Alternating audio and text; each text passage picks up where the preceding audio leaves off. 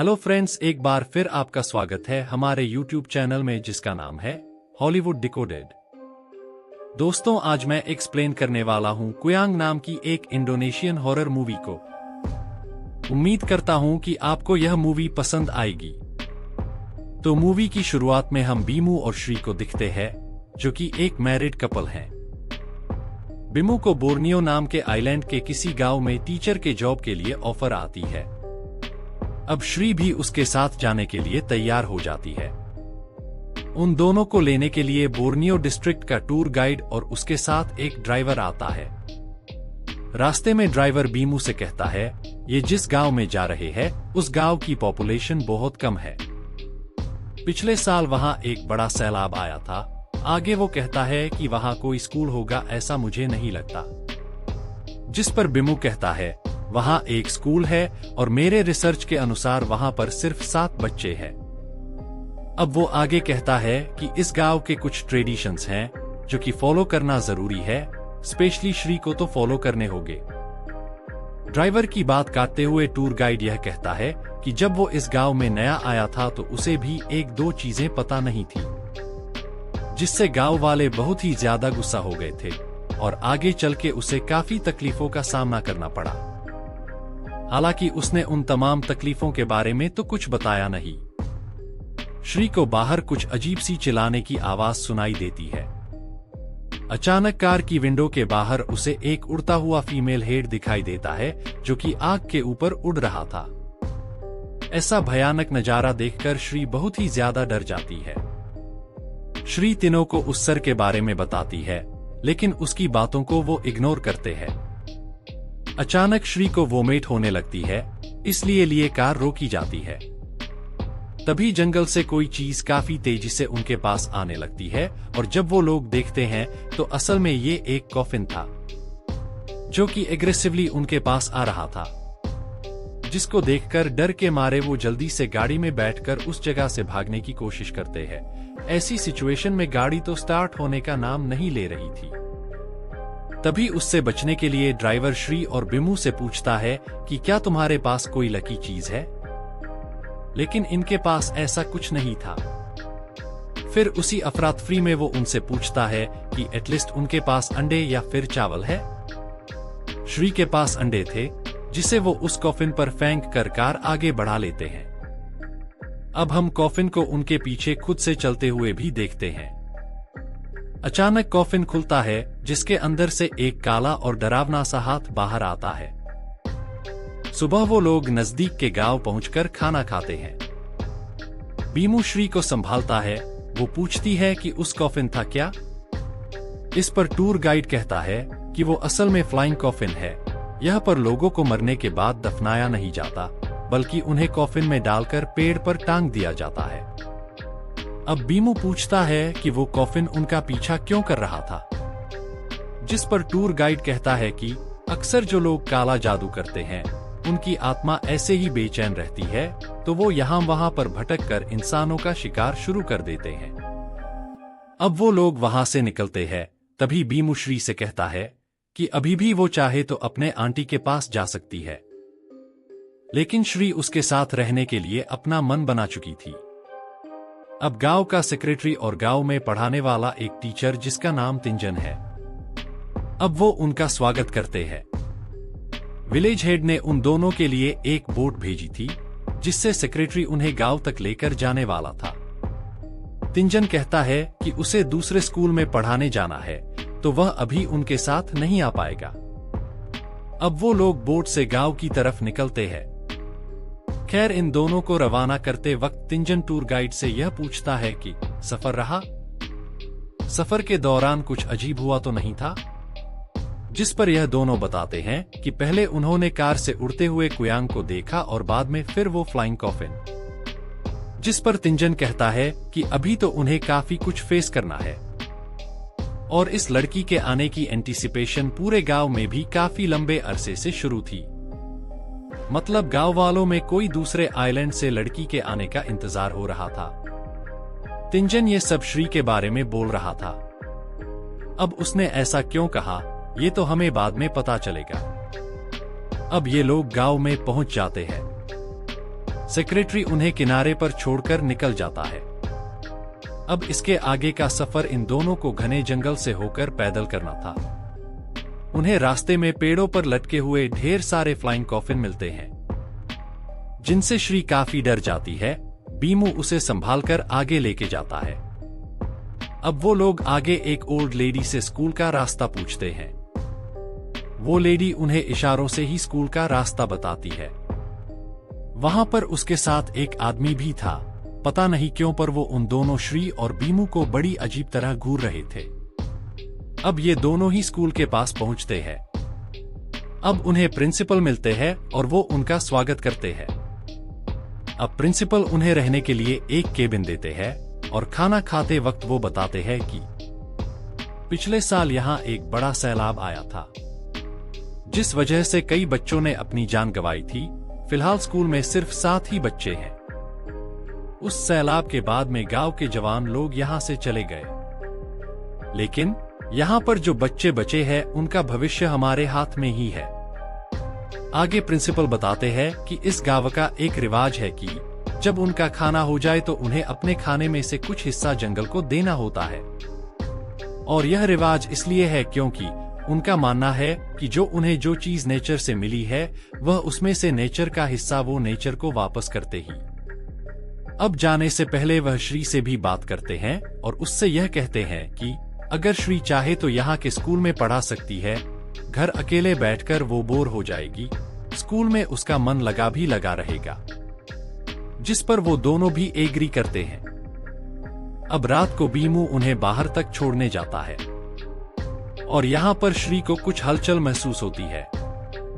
श्री देखती है तो उन पर नजर रखे हुए एक अजीब सी लेडी दिखाई देती है। ये वही ओल्ड लेडी थी जो उन्हें जंगल में दिखाई दी थी। बाहर बीमू कास्नो यानी प्रिंसिपल को बताता है कि यहाँ पहुँचते वक्त जंगल में उन्हें जो अजीब सा ओल्ड कपल मिला था। अब इस बात पर कास्नो थोड़ा सा हंसता है और कहता है कि वो ओल्ड कपल दरअसल अलांग और तंभी हैं। जब से उनके बच्चे गायब हुए हैं, बस तभी से गांव वालों ने भी उनको टॉर्चर करना शुरू कर दिया। गांव वालों से परेशान होकर वो दोनों जंगल में रहते हैं। गांव वालों को लगता है कि तंभी काला जादू करती है और वो सैलाब भी उसकी वजह से ही आया था। नेक्स्ट सीन में रात को वो दोनों सोने जाते हैं, लेकिन बीच रात बीमू को उनका दरवाजा खटखटाने की आवाज आती है। बीमू चेक करते करते मेन डोर खोलता है, तभी बाहर उसे तंभी दिखाई देती है। दरवाजा खुलते ही तंभी सीधा अंदर आ जाती है। अब वो श्री को एक नजर भर देखती है और उसके पेट को छूकर वापस चली जाती है। वैसे तंभी ने वहां पर कुछ किया नहीं था, लेकिन ये दोनों बहुत ही ज्यादा डर जाते हैं। अब अगले दिन स्कूल जाते हुए बीमू कास्नो को रात में घटी हुई घटना के बारे में जिक्र करता है। कास्नो हंसकर कहता है कि नए लोगों के साथ तंभी ऐसा ही करती है। आप दोनों बिल्कुल परेशान मत होना। अब वो दोनों स्कूल में आते हैं, जहां पर उन्हें और कुछ लोग मिलते हैं। अब श्री क्लास में पढ़ा रही होती है। उसके क्लास में बस 4 ही बच्चे थे। पढ़ते समय वह जैसे ही अपना सर किताब से उठाकर बच्चों को देखती है तो अचानक उसे सारे मरे हुए बच्चों के भूत दिखने लगते हैं, जिनसे वो बहुत ही ज्यादा डर जाती है। घर आकर वो बीमू को यही बात शेयर करती है, तो वो यह कहता है कि उसने ड्राइवर की बातों को कुछ ज्यादा ही दिमाग में डाल रखा है। फिर वो कहता कि वो ज्यादा परेशान ना हो, यहाँ सब कुछ ठीक है।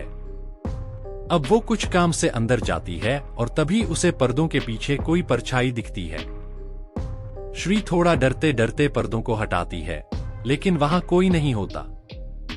अब रात में वो बीमू से कहती है कि उसे ऐसा लगता है कि जैसे किसी ने उन पर रखी है, जिस पर बीमू उसे थोड़ा शांत करता है।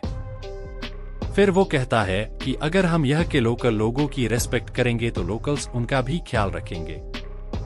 अगले दिन वो दोनों स्कूल में थे। वहां स्कूल के पास ही तंभी दिखाई देती है। तभी अचानक स्कूल के अंदर से एक स्टूडेंट की चिल्लाने की आवाज आती है। सब लोग वहां जाकर वो देखते हैं कि स्कूल रूफटॉप यानी छत में एक लड़की लटक रही थी और वो गिरने ही वाली थी। अब बीमू उसे बचाने ऊपर चढ़ता है। जैसे वो स्टूडेंट के पास पहुंचता है तो उसे वह स्टूडेंट बिमू को पजेस्ट हालत में दिखाई देती है। साथ ही साथ वो बिमू को डरा भी रही थी। अचानक उन्हें श्री की चीख सुनाई देती है और वो सब उसके पास भाग कर जाते हैं। श्री अपने क्लास में थी जहां पर पजेस्ट हुए स्टूडेंट श्री के पेट की ओर इशारा करते हुए सैक्रिफाइस सैक्रिफाइस ऐसा बोलकर उसकी ओर बढ़ रहे थे। श्री बहुत ही ज्यादा डर जाती है। श्री को तो वो लड़की भी दिखाई देती है जो कि स्कूल के रूफ में अटक गई थी। अब श्री बेहोश हो जाती है। अचानक दरवाजा खुलता है और बीमू उसे संभालने की कोशिश करता है। अब रात को वो घर पर सो रही होती है कि तभी खिड़की से कुयांग आ जाती है। कुयांग यानी वो ही भूत जो उन्हें बोर्नियो आते वक्त कार में से दिखाई दिया था। यह कुयांग कोई और नहीं बल्कि तंभी ही थी। श्री डर के मारे बहुत ज्यादा चिल्लाने लगती है और अचानक उसकी आंख खुल जाती है। अब हमें ये तो समझ में आता है कि ये सब तो श्री का एक बुरा सपना था। अगले दिन कास्नो उनके घर आता है जो कि यह बताने आया था कि पिछले दिन स्कूल के अंदर जो हुआ उससे बच्चे काफी डर गए हैं, तो आज स्कूल बंद रहेगा। वो उनसे भी आराम करने कहता है। अब वो श्री की हालत पूछता है और कहता है कि विलेज हेड ने दोनों मिलने के लिए बुलाया है।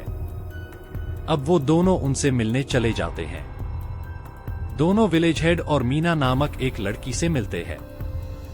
मीना को मैजिक की विद्या उसके फैमिली से विरासत में मिली थी। अब मीना श्री को होने वाली प्रॉब्लम्स जानने की कोशिश करती है। वो श्री का हाथ पकड़ती है। अपनी मैजिक से वो पता है करती है कि श्री तो प्रेग्नेंट है। असल में यह बात खुद श्री को भी पता नहीं थी, लेकिन विलेज सेक्रेटरी गुस्सा हो जाता है। वो कहता है कि श्री को उन्हें शुरुआत में ही बताना चाहिए था कि वो प्रेग्नेंट है। जिस पर वो यह पूछती है कि ऐसा हुआ क्या है। अब मीना बताती है कि यहाँ पर असल में एक प्रोफेसी चल रही है कि दूसरे आइलैंड से एक वुमेन आएगी जो कि प्रेग्नेंट होगी और उसके बच्चे के रेड फिटस से यहाँ पर रहने वाला डिमन यानी शैतान अपनी शक्तियाँ बढ़ाएगा। फिर इन बढ़ी हुई शक्तियों के इस्तेमाल से वो इस आइलैंड पर राज करेगा। यह सुनकर वो दोनों परेशान हो जाते हैं। तभी मीना कहती है कि आप डरे नहीं, वो कुछ ना कुछ उपाय करेगी। अब मीना बीटल लीव्स को उबालकर उसके ऊपर अपने तंत्र मंत्र से क्रिया करने लगती है। तभी श्री अचानक बेहोश हो जाती है। जब उसे होश आता है तो उसका पूरा चेहरा काला और आंखें डरावनी हो गई थी। इसका मतलब साफ था कि वो पोजीशन में थी। इसी दौरान बाहर का पूरा मौसम भी भयानक हो जाता है। बाहर पूरे आसमान में काले बादल छा चुके थे, तेज हवा चल रही थी, तूफान खड़ा हो गया था।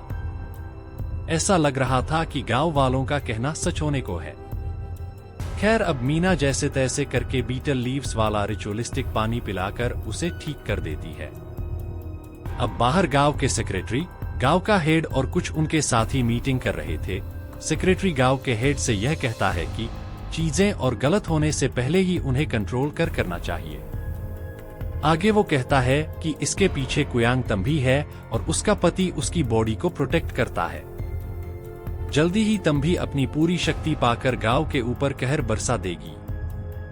तंभी को ऐसा करने से पहले ही उसे मारना होगा। हेड शुरुआत में इस बात में उनका विरोध करता है, लेकिन रास्ता यही था कि उन लोगों को तंभी खत्म करना ही होगा। वो लोग तंभी के घर जाते हैं जहां पर उन्हें कोई नहीं मिलता। यहाँ श्री को लेकर बीमू घर चला गया था।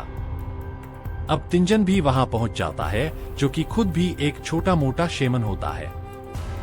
वो कहता है कि उसने स्कूल के पास प्रोटेक्शन गार्ड बनाया था और बच्चों को प्रोटेक्शन एम्यूलेट्स भी दिए थे। फिर भी वो स्टूडेंट पजेस कैसे हो सकते हैं? यानी कि वह डीमन उसकी सोच से भी ज्यादा शक्तिशाली है।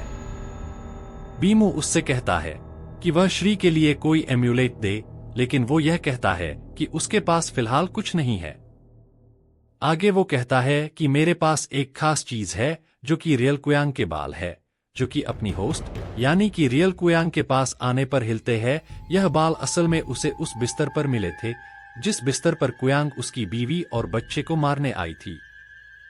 अब यह सब सुनकर बीमू अपने बच्चे और श्री के लिए परेशान हो जाता है और यहाँ से अपने घर लौटने की तैयारी में लग जाता है। लेकिन तिंजन उसको यह बताता है कि यहाँ से शहर जाने वाली बोट आज नहीं आई है, तो अब उन्हें कल सुबह ही निकलना होगा। वो डरे नहीं, वो घर के आसपास प्रोटेक्शन बना देगा। बस वो दोनों कुछ भी हो जाए, घर से बाहर ना निकलें। अब बीच रात में उन्हें घर के आसपास हलचल महसूस होती है। घर के बाहर उन दोनों को कुयांग उड़ती हुई दिखती है। घर के छत से भी कुयांग के आने की आवाजें आने लगती है। अचानक एक बहुत तेज चिल्लाने की आवाज आती है, जिससे वो दोनों बहुत घबरा जाते हैं। अब जैसे तैसे रात तो निकल जाती है। सुबह होते ही श्री और बिमू शहर के लिए जाने लगते हैं। तब हम देखते हैं कि किसी ने फ्यूल डालकर बोट ही जला दी थी, यानी ये दोनों अब यहां से बाहर नहीं जा सकते। अचानक से ही वहां पर मौजूद ढेर सारे लोग पजेस्ट होने लगते हैं और श्री देखती है कि थोड़ी ही दूरी पर खड़ी तंभी उसे ही घूरे जा रही थी। जब बीमू तंभी के पास आता है तो वो गायब हो जाती है। वो श्री के पास वापस आता है तो श्री वहां नहीं होती। परेशान होकर बीमू श्री को हर जगह ढूंढने लगता है, लेकिन वो उसे कहीं भी नहीं मिलती। उसे ढूंढते हुए वो स्कूल तक आता है, जहां पर उसे वो लड़की मिलती है जो कि पिछले दिन पजेस हो गई थी, जिससे वो श्री के बारे में पूछता है तो वह जंगल की ओर इशारा करती है। वहां जाकर देखने पर उसे श्री का स्कार्फ और एक ब्रेसलेट पड़ा हुआ मिलता है। वो इस ब्रेसलेट को पहचान जाता है कि यह ब्रेसलेट तो सेक्रेटरी का है। अब श्री उसके घर जाकर उससे लड़ने लगता है। तभी गांव का हेड और मीना वहां आकर उन्हें रोक देते हैं। वो उन्हें सेक्रेटरी का ब्रेसलेट दिखाता है, लेकिन सेक्रेटरी का ब्रेसलेट तो उसके घर पर ही था। अब बीमू को याद आता है कि ऐसा एक ब्रेसलेट असल में तिंजन के पास भी है, और अब मीना भी यह कहती है कि अगर उसका ब्रेसलेट तुम्हें श्री के स्कार्फ के पास मिला है, यानी कि उसने ही श्री को अगवा किया है। शायद तिंजन ने ही बोट को जलाया होगा और वही तंभी को भी मदद कर रहा है। अब मीना अपने मैजिक से एक धुआं क्रिएट करती है, जो कि उन्हें जंगल की तरफ श्री के पास ले जाने लगता है, और जैसे ही वह उसके पास आते हैं तो वहां पहले से ही मौजूद कुयांग सबको डराने लगती है। लेकिन बीमू श्री को ढूंढ ही लेता है, जो कि अभी बेहोशी की हालत में थी। अब वो लोग श्री को जंगलों में बने हुए केबिन में लेकर आते हैं। अब मीना कहती है कि कुयांग ने श्री के यह होने का पता लगा लिया है। मीना उस केबिन के बाहर एक मंत्र पढ़ती है, जिससे कुयांग घर में आ ना सके। अब वो अंदर जाकर श्री पर कोई रिचुअल करना शुरू करती है। श्री थोड़ा होश में आकर तंभी के बारे में कुछ बताती है, लेकिन मीना उससे यह कहती है कि वह रेस्ट करे। अब मीना बाहर सबसे कहती है कि तंभी अपनी पूरी ताकत पा चुकी है और अब उसे खत्म ही करना होगा, लेकिन खत्म भी सिर्फ बीमू ही कर पाएगा। अब वो बीमू को एक नाइफ देकर तंभी के घर उसे मारने भेज देती है। जैसे ही ये लोग तंभी के घर आकर उसे मारने वाले होते हैं, तब तंभी उन्हें रोकती है। तंभी इन्हें एक भयानक सच बताती है कि यहाँ इस गांव में वो अकेली कुयांग नहीं है। गांव में उसके अलावा एक और कुयांग भी है। तंभी तो इस गांव को, श्री और उसके बच्चे को बचाने का काम कर रही है, न कि किसको मारने का।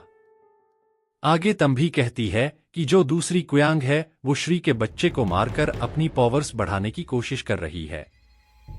नेक्स्ट सीन में हम तिंजन को देखते हैं। वो उसके पास मौजूद कुयांग के बालों की मदद से असली कुयांग को ढूंढ रहा था। अब तिंजन पर खुलते हैं इस मूवी के असली पाते। जी हाँ दोस्तों, वो कुयांग मीना ही है जिसने यह पूरा प्लान किया और उसी ने श्री को किडनैप करा था ताकि वो उसके बच्चे का सैक्रिफाइस देकर खुद की पावर्स को पूरा कर ले। कहानी की शुरू में हमने देखा था कि तंभी ने श्री के पेट को छुआ था, तो असल में उसने उसके पेट पर प्रोटेक्शन स्पेल्स लगाए थे ताकि उसका बच्चा सेफ रहे। लेकिन अब तक मीना ने उस प्रोटेक्शन को हटा दिया है और वो उसकी बलि देने ही वाली है। अब तक बीमू और तंभी वहां से निकलते हैं। अब तिंजन और दो लोग मीना के केबिन के बाहर आ गए थे। मीना उन पर अटैक करके उन्हें मार देती है और अपने काम पर लग जाती है।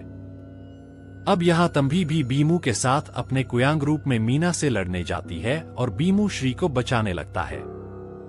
अब मीना और तंभी में भयानक लड़ाई होती है, जिसके चलते केबिन में आग लग जाती है। लेकिन तिंजन मरने से पहले बीमू को मीना के बाल देता है ताकि वह उसकी डेड बॉडी को ढूंढकर मीना को खत्म कर सके। बड़ी हिम्मत से बीमू उन बालों के जरिए बॉडी को ढूंढ लेता है, लेकिन कुयांग मीना के बॉडी को गार्ड उसे प्रोटेक्ट कर रहे थे, जो कि बीमू पर अटैक करते हैं। लेकिन उनसे जैसे तैसे बचकर वो मीना के बॉडी को केबिन तक लाता है और उस बॉडी को जलते हुए केबिन के अंदर फेंक देता है, जिससे कुयांग मीना कमजोर हो जाती है और अब वो उसके दिल पर जोर जोर से पत्थर मार खत्म कर कुयांग मीना को खत्म कर देता है। दरअसल कुयांग के बारे में माना जाता है कि अगर उनके दिल को निकाल लो तो वो मारे जाते हैं। अब अगले दिन गांव में सब कुछ सही हो गया था। श्री के साथ बीमू भी अच्छी जिंदगी बिता रहा होता है।